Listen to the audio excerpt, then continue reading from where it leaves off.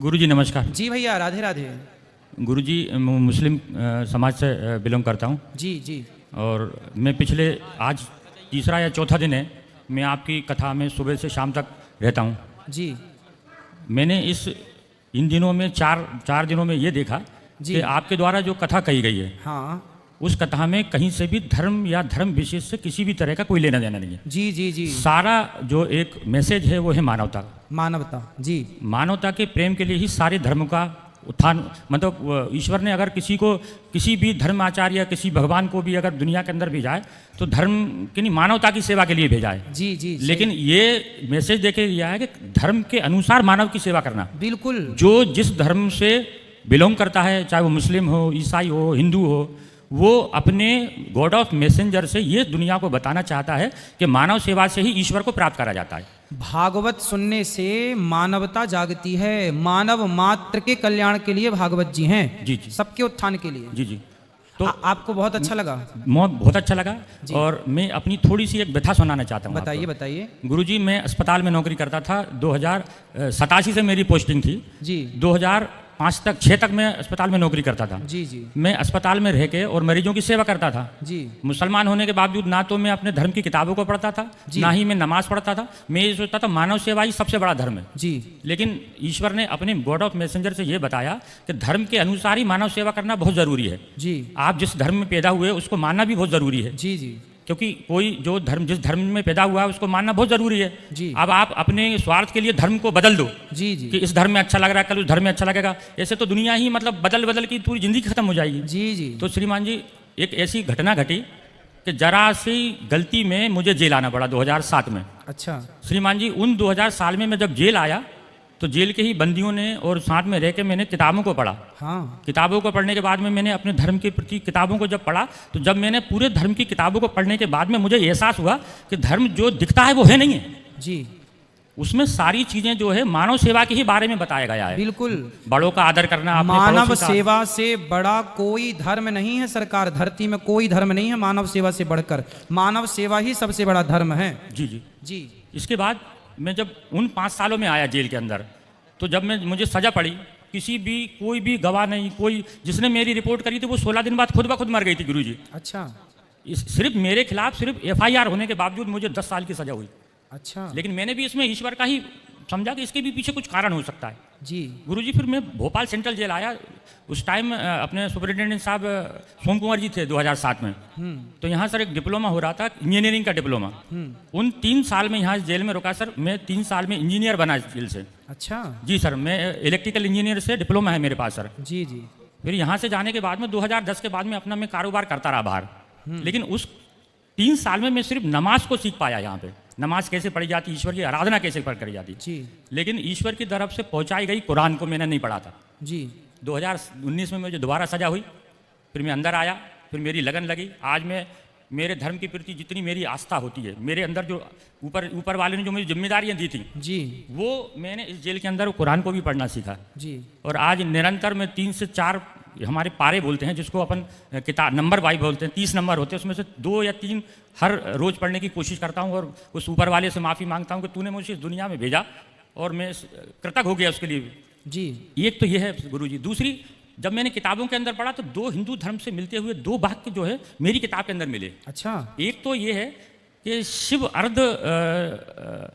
नागेश्वर जिसको बोलते हैं, अर्ध नागेश्वर क्यों कहते हैं? अर्ध नारेश्वर। आप अपने हिसाब से कैसे आइडेंटिफाई करेंगे उसको? आप बताइए, आपने क्या पढ़ा? मैंने ये पढ़ा कि जब ईश्वर ने आदम सलाम को इस दुनिया के अंदर भेजा, अकेला भेजा, सिंगल। हाँ। मिट्टी से बना के जब दुनिया के अंदर 40 साल तक वो जमीन के अंदर पड़े रहे। जी।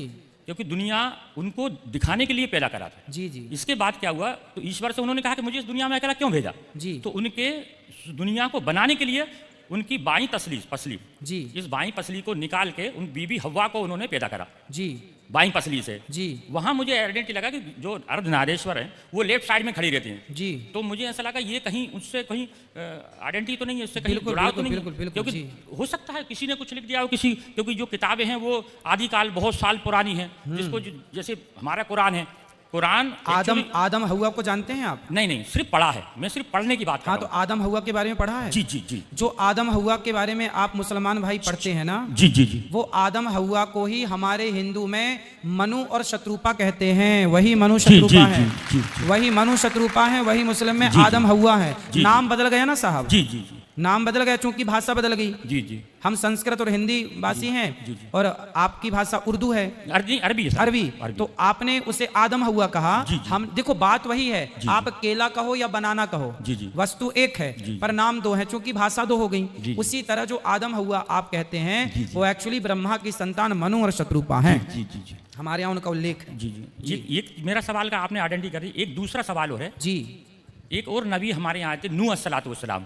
आपके जैसे अभी अपने देश के प्रधानमंत्री श्री मोदी जी जो हैं वो वहाँ नाम कहाँ नीचे गए थे अभी, उसको कौन सी वो है, द्वारिकाधीश जो है वो पानी के अंदर है। पानी के अंदर उस संबंध में भी एक किस्सा हमारी किताब के अंदर है। एक नबी थे नूह अस्सलातु वस्सलाम, जब उन्होंने अपनी कौम से कहा कि ईश्वर एक है, इसकी आराधना करो, इसके अलावा दुनिया के अंदर कोई देने वाला नहीं, सिर्फ ईश्वर है जो सबको दे सकता है, मुझे भी दे सकता है। इस बात को कहने के लिए उन्होंने सारी अपनी कौम से बोला तो उनकी बीवी बच्चे किसी ने उस चीज को नहीं माना, लेकिन उनको मानने उनकी बात को मानने वाले 85 लोग रहे। तो फिर उन्होंने ईश्वर से ये कहा कि अल्लाह ये सारी कौम तो सुनती नहीं है जी। तो फिर अल्लाह की तरफ से एक मैसेज आया, ये नूह अपने लोगों से कहो जल्दी ही इस कौम को मैं नस्ते नाबूद कर दूंगा, पानी से डुबा दूंगा। अच्छा, डुबा दूंगा।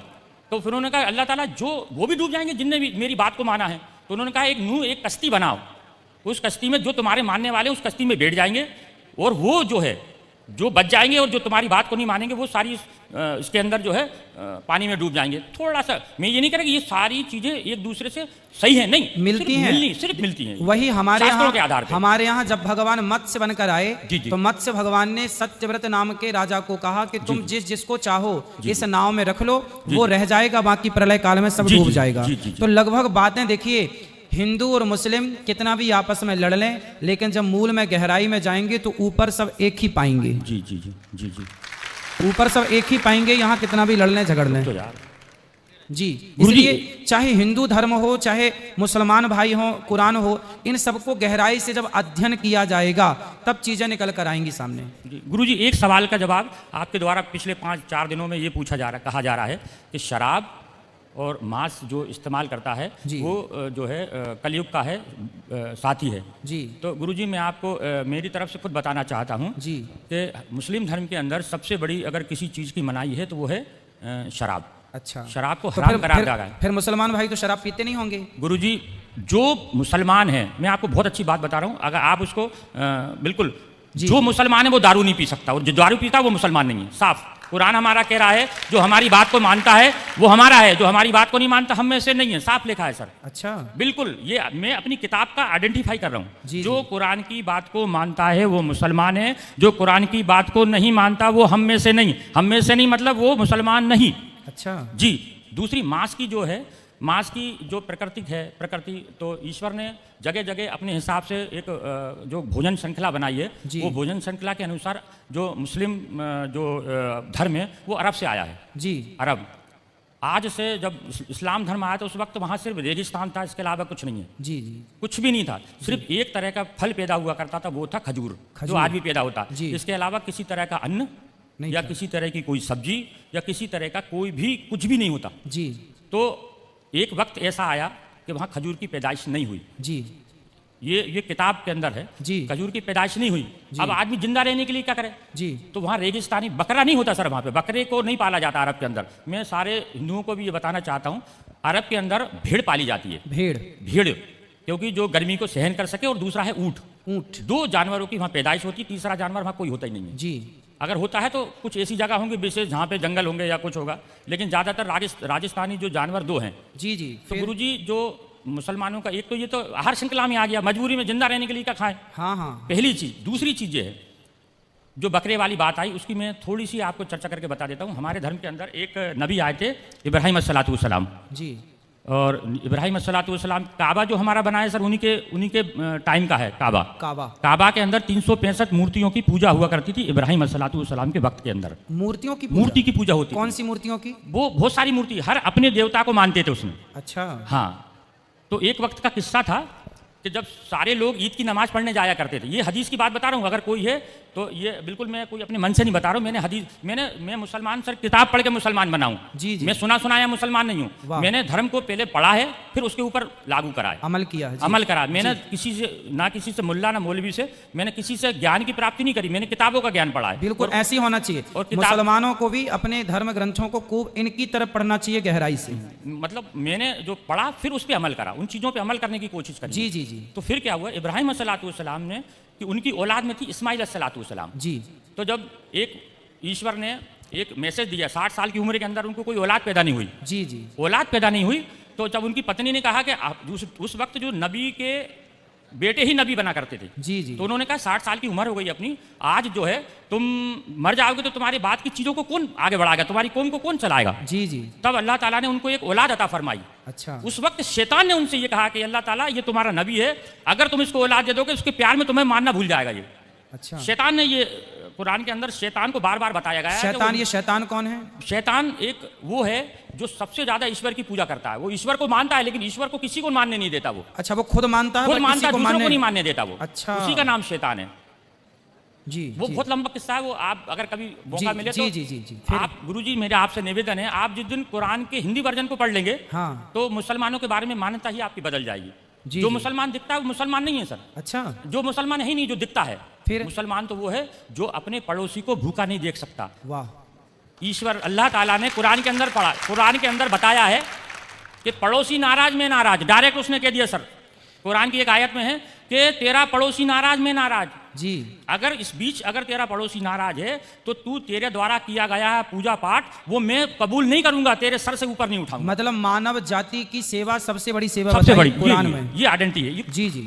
कुरान जो फिर है, फिर क्या, फिर ये बकरों की बलि की प्रथा। इब्राहिम अस्सलाम ने जी, जब उनने ईश्वर ने शैतान ने उनको भड़काया जी, तो ईश्वर ने कहा कि मेरा सच्चा बंदा होगा तो मुझे नहीं छोड़ेगा। जी। शैतान से कहा मुझे नहीं छोड़ेगा ये। जी जी। आप उसके लिए बेफिक्र रहो, मेरा सच्चा बंदा है, मेरी इबादत करेगा। जी। फिर उनको औलाद पैदा होती है। हाँ। इंसानी कल्ब के अनुसार स्वार्थी होता है इंसान। जी। जैसी औलाद पैदा हुई तो वो ईश्वर की आराधना में थोड़ा लापरवाही करने लगा, तो भूल जाता है क्योंकि 60 साल की उम्र में जिसको बच्चा पैदा हो उसकी कितनी खुशी होगी। बिल्कुल बिल्कुल। तो उसमें लापरवाही कर दी। शैतान ने जाके ईश्वर से कहा हाँ, कि ये ईश्वर देखा मैंने तुझसे कहा था इसको मत दे। हाँ। लेकिन ईश्वर के नहीं मेरा सच्चा बंदा है, वो आज है, आजकल आ जाएगा वापस। जी। तो नहीं आएगा, तो उनके देख आएगा वापस। तो ईश्वर ने आप इब्राहिम अस्सलाम को ख्वाब में जो है एक बशारत दी कि ए इब्राहिम कुर्बानी कहा, कुर्बानी हाँ, शब्द कहे। तो इब्राहिम अस्सलाम ने उस वक्त के हिसाब से 100 ऊँटों को जुबा कर दिया, कुर्बान कर दिया। 100 ऊँटों को कुर्बान कर दिया, क्योंकि अल्लाह की तरफ से कुर्बानी। कुर्बानी का मतलब होता है अपने लिए किसी चीज का त्याग कर देना। कुर्बानी का मतलब ये नहीं जानवर को काट देना। अच्छा। अपने लिए त्याग कर देना किसी चीज का, उसका नाम कुर्बानी। अपनी बुराइयों का त्याग कर देना। हाँ। तो फिर इसके बाद ऐसे करके 3 दिन तक उनको ख्वाब आए। फिर उन्होंने चौथे दिन अल्लाह ताला से कहा, अल्लाह ऐसा क्या मामला है कि इतनी कुर्बानी देने के बाद तू मुझसे नाराज है, मेरी कुर्बानी को कबूल नहीं कर रहा। तो अल्लाह ताला ने कही कि इधर से चौथे दिन उनको बशारत हुई कि दुनिया के अंदर सबसे ज्यादा जिससे तू मोहब्बत करता है उसकी कुर्बानी। अच्छा। तो अब उन्होंने फिर अपनी पत्नी से कहा कि अल्लाह की तरफ से ऐसा आया है कि कुर्बानी मांग रहे हैं। फिर अल्लाह ताला ने उसकी बीवी ने समझाया, आपकी बीवी ने समझाया कि आप सबसे ज़्यादा किससे मोहब्बत करते हैं। कहने लगे कि मैं अपने बच्चे से मोहब्बत करता हूँ। तो उन्होंने कहा कि आप इसी की कुर्बानी मांग रहे हैं। अच्छा। ईश्वर उनसे कुर्बानी मांग रहे हैं। जी जी। तो फिर आगे ये होता है कि ये बात दोनों मियाँ बीवी करते हैं। तो इस्माइल अस्सलाम जो रहते हैं वो सुनते रहते हैं। 5 साल की उम्र होती है उनकी। जी। 5 साल का बच्चा थोड़ा समझदार हो जाता है। ठीक है। और आप तो नबी थे इस्माइल अस्सलाम। जी जी। तो ये बीबी से कहते हैं कि इसको नहला धुला के कंप्लीट करना, और एक रस्सी कपड़ा और छुरी मेरे झोले में रख देना, इनको नहला धुला के मैं घर में कुर्बानी करूंगा तो ये रोएगा, गड़गड़ाएगा, तुम्हारे भी आंसू बहेंगे, इसको मैं जंगल में ले जाकर कुर्बान करूंगा इसको मैं। जी जी। तब इब्राहिम अस्सलाम इस्माइल अस्सलाम को सुबह देखते हैं, उठ के देखते हैं तो इस्माइल अस्सलाम पहले से तैयार है। जी। उनको हो सकता है आज जल्दी नींद खुल गई होगी, इसलिए जो है खुल गई इनकी। जी। जब ये आगे जब उनको जंगल में लेके जाते हैं, जब उनके हाथ पैर बांधने लगते हैं तो इस्माइल अस्सलाम ये कहते हैं कि अल्लाह ताला अब्बा जान आप अपनी आंखों पे पट्टी बांध लो। जी। क्योंकि ईश्वर ने यानी अल्लाह ने एक उनके ऊपर शर्त रखी थी कि इब्राहिम अगर तू अपनी औलाद की कुर्बानी देगा तो तेरी आंखों से आंसू का अगर कतरा भी गिर गया तो मैं तेरी कुर्बानी को कबूल नहीं करूंगा। अब बताइए सर। जी जी। एक तो शर्त लगा दी बेटी की कुर्बानी की और आंसू की। यही हमारे यहाँ एक घटना घटी। हमारे यहाँ एक राजा हुए हैं मोरध्वज। मोरध्वज ने भी अपने बेटे को आरे से चीर कर दान दिया था और उसकी भी शर्त थी कि आपकी आंखों में आंसू नहीं आना चाहिए, तब आपकी पूजा और आपकी भक्ति को स्वीकार किया जाएगा। तो देखिए जो हमारे धर्म ग्रंथों की कहानियां हैं, जो चर्चाएं हैं, जो कथाएं हैं, वो कहीं ना कहीं मैच हो रही हैं। हमारा जो धर्म है इतना श्रेष्ठ है जी। हमारे यहाँ भी मोरध्वज की एक कथा इसी से मैच करती है जी। थोड़ा शॉर्ट में करता हूँ, लोग कह रहे हैं कि शॉर्ट में करो। जी जी। उसमें फिर आगे जाके जब वो पट्टी बांधते हैं, हाँ, पट्टी बांधने के बाद में उनको ऊपर जब छुरी फेरते हैं जी, जब छुरी फेरते हैं तो छुरी चलना बंद हो जाती है। अच्छा। क्योंकि छुरी भी दुनिया के अंदर ईश्वर की मोहताज है। दुनिया के अंदर कोई भी मैं आप दुनिया की हर चीज़ ईश्वर की मोहताज है। ठीक है। वो ईश्वर जब तक किसी चीज़ को आदेश नहीं देगा वो उसकी हिम्मत नहीं है कि वो उस पर किसी चीज़ पे चल जाए। जी जी। फिर जब वो जबरदस्ती फेरते हैं तो मैं की आवाज़ आती है सर, ये सब किताबों के अंदर लिखा है। जी जी। मैं की आवाज़ आती है तो देखते हैं कि मेरे बेटे के अंदर से मैं यानी घमंड, अभिमान। कुरान का मैं अगर लिखा है मैं का मतलब होता है घमंड जी। तो मेरे बच्चे के अंदर से मैं की आवाज़ आई। जी। तो वो जब कपड़ा हटाते हैं तो देखते हैं कि एक जो है भेड़ का बच्चा है जो नीचे पड़ा हुआ है और इस्माइल सलाम दूर खड़े हैं। अच्छा। सिर्फ ईश्वर की परीक्षा थी वो जी, मकसद था सिर्फ परीक्षा लेना। परीक्षा लेना। अब वो पूछते हैं इस्माइल से, अल्लाह से पूछते हैं, अल्लाह आपने एक तो ये कटवा दिया, हाँ, आपने परीक्षा ली, जानवर का क्या करना है? तब उन्होंने ये कहा था कि इसके 3 हिस्से करो, एक आप खाओ, एक पड़ोसी में बांटो और एक गरीबों को दो। फिर उन्होंने कहा कि ये वाली जो चीज़ है कुर्बानी, यानी ईश्वर की तरफ से दी गई हर चीज़ की कुर्बानी मुसलमान के लिए जायज़ है। तो उसकी इस चीज़ को, उस घटना को याद करने के लिए लोग बकरा ईद पे कुर्बानी करते हैं। बकरा खाना मकसद नहीं है, हाँ, या बकरा काटना मकसद नहीं है जी। मकसद है सर सिर्फ उस चीज़ को याद करना कि बाप ने अपने बेटे की कुर्बानी सिर्फ ईश्वर के कहने पे दी, ये मकसद है सर। ये है बस, अकेला ये समझाना चाह रहा था। बकरा काटना मकसद नहीं है, मकसद था सिर्फ ईश्वर के आदेश का पालन करना जी, ये था बस सर। नहीं तो उन्होंने किया ईश्वर के आदेश का पालन, उन्होंने किया ईश्वर के आदेश का पालन। जी जी। तो फिर बाकी लोग उस बकरे को काटने का वो रिवाज चालू हो गया। जी जी जी, बस मकसद सिर्फ इतना सा था कि इस चीज को याद करना है। और तो अभी आपके हिसाब से ये बकरा काटना आज के युग में, चलो उनकी मजबूरी थी, उन्होंने ईश्वर ने उनकी परीक्षा ली, पर आज तो किसी की परीक्षा नहीं ले रहा है ना कोई। आज के हिसाब से जिस हिसाब से लोग बकरा ईद को इस्तेमाल इस चीज को करते हैं, वो उनको इस चीज का ज्ञान ही नहीं है कि इसका मतलब क्या है जी। उनका मतलब है कि उस जानवर को अपने बच्चों के जैसा पालो और फिर उसको अपने हाथ से ज़िबा करो, उसको फिर उसको बांटो दूसरों में। कुर्बानी सिर्फ उस चीज़ को याद करने के लिए है मकसद, और सबके लिए नहीं है। जो ये कुर्बानी करना सबके लिए नहीं है। अच्छा। जो जिसके पास हैसियत है उसके ऊपर जायज़ है बस, अकेला। जी जी। सबके लिए नहीं है सर, ये सबके लिए नहीं है, सिर्फ जिसके ऊपर जायज़ है उसके लिए ऊपर है। तो ये किसी की हत्या करना, बकरे की इत्यादि हत्या, ये सही है या गलत है? मेरे हिसाब से अगर धर्म के हिसाब से देखें तो मैं मानता हूँ उसके हिसाब से, उस वक्त के हिसाब से सही होगा। हाँ। अब आज के हिसाब से ये बड़े बड़े धर्म गुरु हैं, वो आपके, क्योंकि हर धर्म के गुरु होते हैं। जैसे आप हिंदू धर्म के आइडेंटिफाई हैं, आप जैसा आदेश देते हैं, अगर मैं अपने यहाँ से कहूँगा कि नाजायज़ है तो ये उनकी खिलाफत हो जाएगी, उनकी बुराई हो जाएगी जी। और बुराई मतलब ये है कि किसी धर्म के प्रचारक की बुराई करना हो सकता है। मैं अपने अंदर से कह सकता हूँ मेरे लिए बुरा है, लेकिन मैं धर्म के मामले में नहीं कह सकता कि ये धर्म के जो बड़े हैं उनके खिलाफ मैं अपना आदेश दूँ कि नहीं ये बुरा है। जी जी। मैं अपने, क्योंकि मेरे घर में मेरे हिसाब से हम लोग मांस का बहुत कम उपयोग करते हैं। शादी ब्याह में जाते हैं, घर में इस्तेमाल नहीं करते सर हम। जी जी। शादी में हमारे यहाँ नॉनवेज नहीं बनता सर हम लोग, क्योंकि मैं ऐसे परिवार से बिलोंग करता हूँ जहाँ संबंध दूसरे लोगों से ज़्यादा है सर। चलिए, भगवान आपको सुखी रखें। आपसे बात करके अच्छा लगा। अपराध क्या हो गया आपसे कि जेल आना पड़ा आपको? अपराध सर एक सिर्फ चांटे का अपराध था। मेरे मोहल्ले के अंदर एक पड़ोसी से लड़ाई हो गई थी, तो मैंने उसको चांटा मार दिया था सर। अच्छा। तो उसकी थाने में रिपोर्ट कराने गए कि मेरा चांटा कर दिया, तो हमारे दुश्मनों ने वो कहा कि चांटे की क्या रिपोर्ट करना, अपनी बीवी से उन्होंने 76 लगवा दिया था सर। ये था। अच्छा, चलिए, भगवान आपको सुखी रखें, जल्दी मुक्त करें आपको।